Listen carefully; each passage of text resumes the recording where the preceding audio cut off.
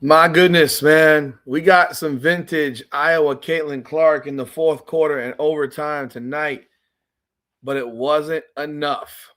It wasn't enough to save the Indiana Fever as they dropped a heartbreaker 104-102 to the Washington Mystics in overtime.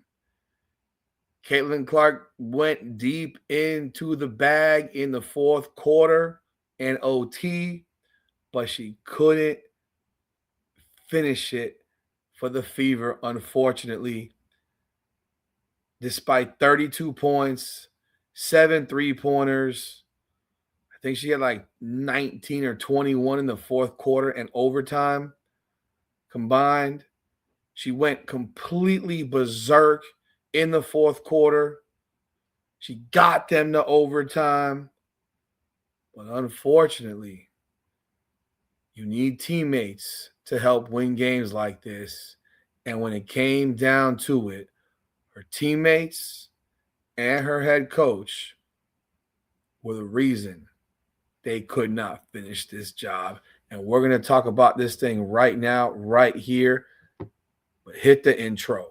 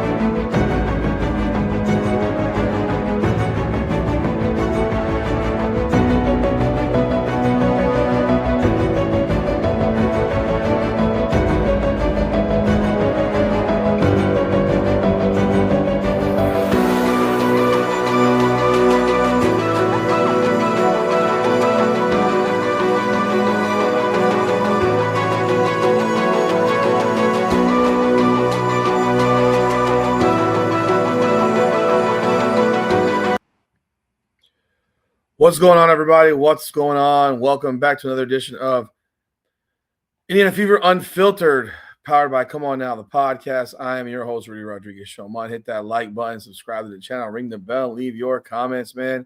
For everybody who jumped on board the live stream tonight, whether you were on the main channel, the Indiana Fever Unfiltered channel, or the Washington Mystics Unfiltered channel, I thank y'all for jumping on board. It definitely got packed up later in the night as the game got down to the end. And then, of course, the post game, I just ran right through into a 2-hour post game. For those of y'all who are on board for that, I appreciate y'all jumping on board as well. It was a good time. I enjoy doing it for both teams because I like both teams. You know, I'm a Caitlin Clark guy. I love Caitlin Clark. I like what the Washington Mystics are doing. I enjoy watching them play. I knew this would be a tough-ass game for the Fever, and it was. And it went pretty much the way I expected it to in terms of where the Fever would struggle, and struggle did they in this particular area. They got their ass kicked in the paint. They flat out got certifiably destroyed inside. 58-28 points in the paint. Shakira Austin, Kiki Irefin completely dominated the paint, absolutely embarrassed the Indiana Fever bigs, who are basically non-existent. Leah Boston had 9 points, left the game in the third quarter with a leg injury. Don't know what that injury is. Don't know if it's from the unrivaled leg injury. So now you got to see if Leah Boston can even play on Sunday against Seattle. My guess is probably not. And so maybe, even though I call her the most important player on this team because they lack size, they have zero size, you finally got a chance to let Caitlin Clark actually play some freaking basketball and play the game her way. And that's what happened in the fourth quarter. The Fever were getting their asses kicked by the Mystics. They're down 14 points. They're getting beaten up and down the floor, just flat out dominated. Caitlin Clark, look, completely, transparently, she looked like trash for 3 quarters. First quarter, she was fine. So let me tell you, she looked like trash for 2 quarters. Bad, really bad. Could not buy a basket. First quarter, she's 2 of 5. She hits a couple threes. You're thinking, okay, she's got her 3-point stroke back. It's coming. And what does Stephanie White do? Stephanie White sits her on the bench up 26-15 with about 2:30 to go in the first quarter. And what happens from that point? They get run off the floor. The Washington Mystics go on a 20-4 run, take the lead. Caitlin Clark comes back in at about 4.5 minutes later, and the game is a different game. The Fever were rolling, and Stephanie White, in typical Stephanie White fashion, found a way to screw it up because she's so damn stubborn and she won't let Caitlin Clark play basketball the way Caitlin Clark plays basketball. So what did you see for the next 4.5 minutes? You saw this hub crap with Aaliyah Boston, where she's handing the ball off to people and doing absolutely nothing. The offense became completely stagnant. The Fever led by 13 in the first quarter. It was 26-13, and at 26-15, she pulls Caitlin Clark out of the game. And from that point on, it was a different game, man. Just a flat-out different game. And that's on Stephanie White with her bad substitutions, her bad decision-making, and it completely took Caitlin Clark out of rhythm. It took the team out of rhythm. And during that period, they ran the Fever off the floor and took the lead, and they pretty much led. The Mystics led pretty much for the remainder of the game until midway through the fourth quarter when Caitlin Clark was just going scorched earth. Once again, the Indiana Fever defense was absolutely horrendous. 56% shooting by the Washington Mystics, 38% from three. They got out rebounded 44-29. The only reason the Fever win this game, besides Caitlin Clark in the fourth quarter, is that the Mystics are a young-ass team that make a lot of mistakes. They committed 21 turnovers. They made a truckload of mistakes, and that is what allowed the Indiana Fever to get back into this game, particularly in the fourth quarter, on top of the fact that they combine these mistakes with Caitlin Clark just going absolutely berserk. Again, you're up 26-15. Caitlin Clark is the only player in the starting lineup with a plus on the plus-minus side. She was a plus 14 for the game, and they lost by 2 points. Now, make that shit make sense. She was a plus 14, and they lost by 2 points. So she was a plus 11 in the first quarter and a plus 3 the rest of the game. But in that 4.5-minute stretch, they were a minus 16. Make that shit make sense. Stephanie White lost this game in that stretch of basketball and didn't put Caitlin Clark back in. It was bad enough that at the end of the first quarter, instead of being up more, they were up, what was it? They were up, where's the box? What was the first quarter score?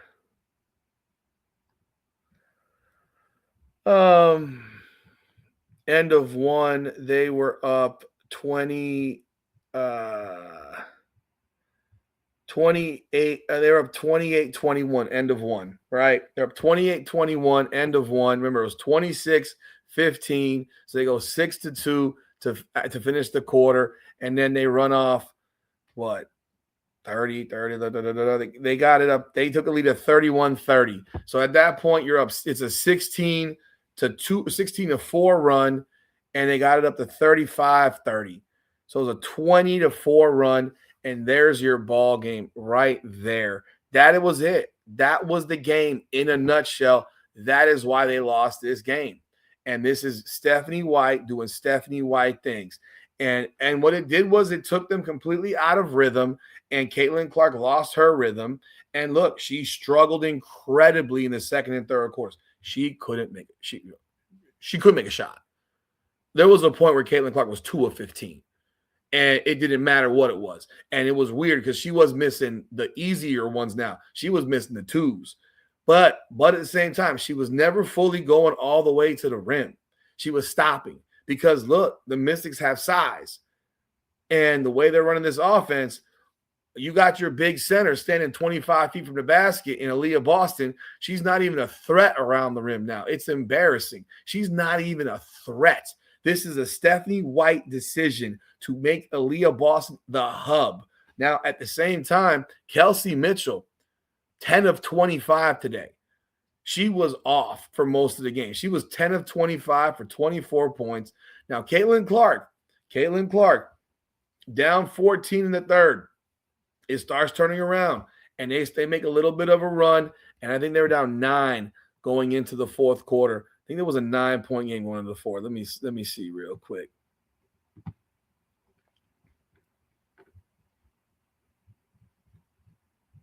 It was 65-51 Mystics with a minute and a half to go in the third, and they got it back down. They got it to 67-58 on a 3 from the corner from Lexi Hall going into the end of the quarter. And then it just became Caitlin Clark, man. Then it was just straight up Caitlin Clark, and we'll show you some highlights from this game. Caitlin Clark just took over this mother, and they were running with a lineup with Maisha Hines-Allen, Monique Billings, Lexi Hall, Caitlin Clark. Then you had Kelsey Mitchell. Then there was some Sophie Cunningham, but that was basically the lineup with Leah Boston on the bench or in the locker room actually. So let's see right here. Let's bring up some.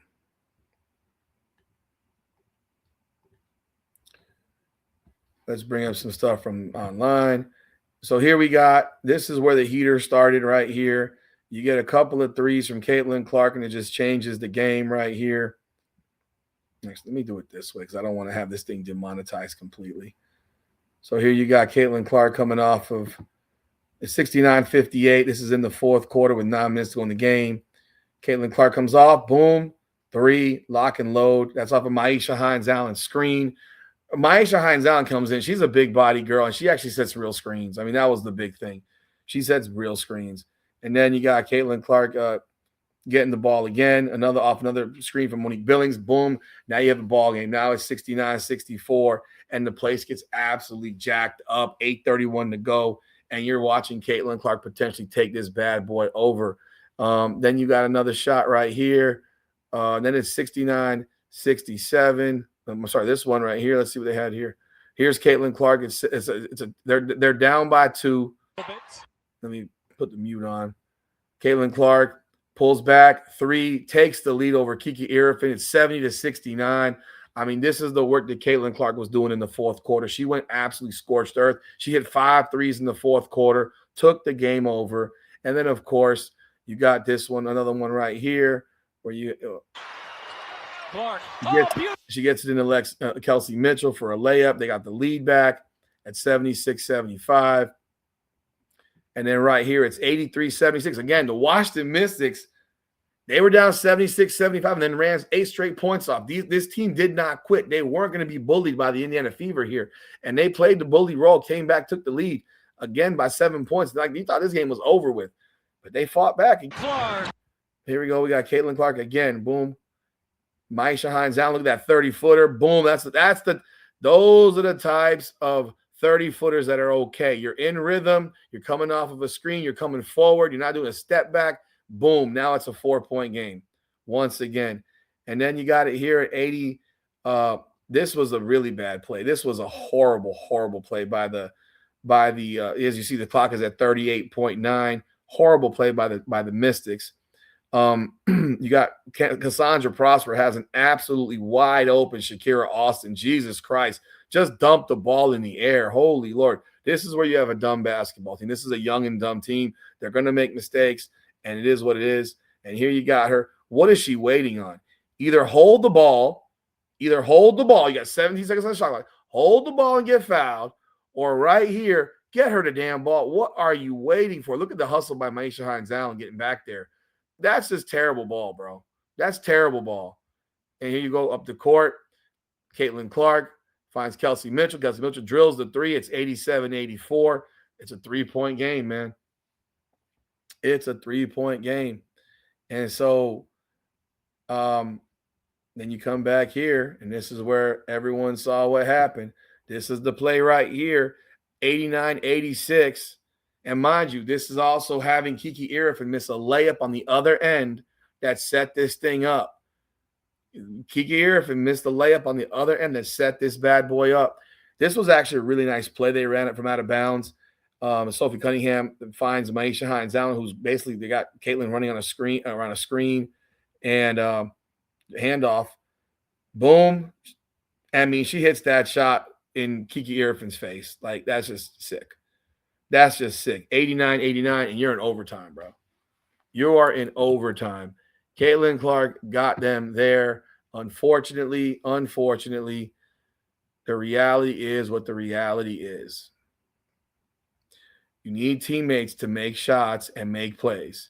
And in overtime, Caitlin Clark, look, she missed 3 threes. She had 4 points in OT, but she did miss 3 3-pointers. She was 0 for 3. But here's the reality. Kelsey Mitchell had a breakaway layup with a 1-point game and missed a breakaway layup. Missed a breakaway wide open layup. She heard the footsteps of Shakira Austin and missed a bunny ass wide open layup. I mean, what do you do? What do you do? What can you do when you have a wide open layup there and your player misses a layup? There's nothing you can do about it. And that's the unfortunate reality. She also then misses 2 free throws. So she misses the layup, then she misses 2 free throws, and then Lexi Hull misses 1 of 2 free throws. You lost the game by 2 points. This all happened in the final 90 seconds of this basketball game. So that's 5 points that you lost because of a missed layup and 3 missed free throws. You need teammates to help you finish the job. It is what it is. And the thing about it after the game was that Caitlin Clark was accountable on everything. She was accountable for her missing easy shots, in her opinion, for her not finishing the 2-point shots like she usually does. She was accountable. There's a certain level of accountability that she has for herself, where her coach goes there and says it's we, where Caitlin Clark says, nah, man, I got to be better. I got to do better. And that's on me. She finishes 10 of 28. You look at the statistics, you're sitting here like, oh my God, she was terrible from the floor. She was 7 of 17 from 3. She shot 41% from 3-point range. And at one point was at 7 for 14. So she was at 50% going into overtime from 3-point range.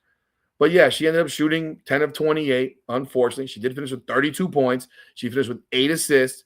She had 4 turnovers, 2 to 1 assist to turnover ratio. She had layups blown all game by Monique Billings and Kelsey Mitchell and whoever the hell else. People just blowing easy buckets. But it wasn't until the fourth quarter where Caitlin Clark said, give me my shit. This is my way. We're going to do it my way. And you see what happened. They got back in the game. They got the game to overtime. They took the lead, fought back. I mean, they did everything the right way. They did everything. She did everything. She did everything. And I'll tell you right now, you watch that type of game, it's really frustrating because this team plays absolutely no freaking kind of defense. The defense is brutally bad. They don't get back. They don't guard the ball well. Raven Johnson, once again, sits on the damn bench, wasting away. Like, why did you draft her? Why did you draft this young woman? 4 minutes again. 4 freaking minutes. Why did you draft her? It makes no sense. It makes no sense. At the same time, when Kelsey Mitchell's on the floor without Caitlin Clark, she's minus 10.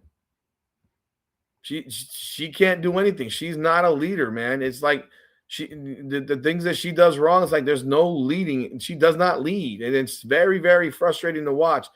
And I'll tell you this. I don't know what's going to happen with this team because they play Seattle. That's a team they should beat on Sunday at home. They should beat them. They're a better team than Seattle. But is Aaliyah Boston out for any extended period of time? Are you finally going to let Caitlin Clark just run the game her game her way and let her go? Just take the freaking shackles off?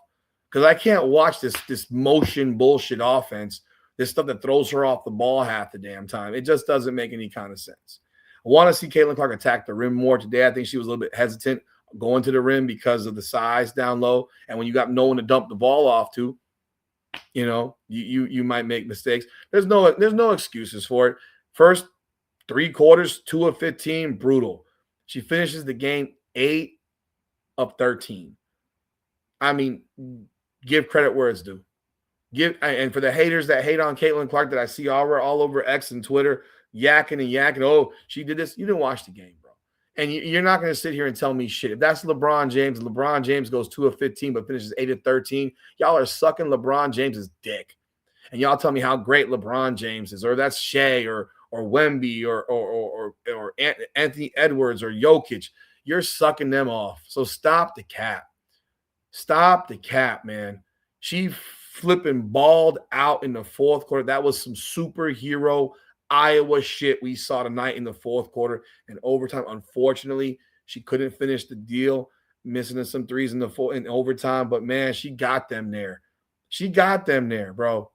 And if you got anything to say about that to me, you can go, you know what you can do with that. Because this is vintage Caitlin Clark shit right here. Now, I didn't see the back brace or the back heating pad or the butt pad. I didn't see it tonight. Maybe it was because I was just into the game and shit like that. But overall, I mean, look, Washington Mystics have a dogged team, bro. They're good. They're a tough young group. They're going to fight. They're going to fight. They're going to fight. They're big. I said they're a big team. They got to play big, and they played big. That's why they won the game. And Sonia Citron balled out with 30 points.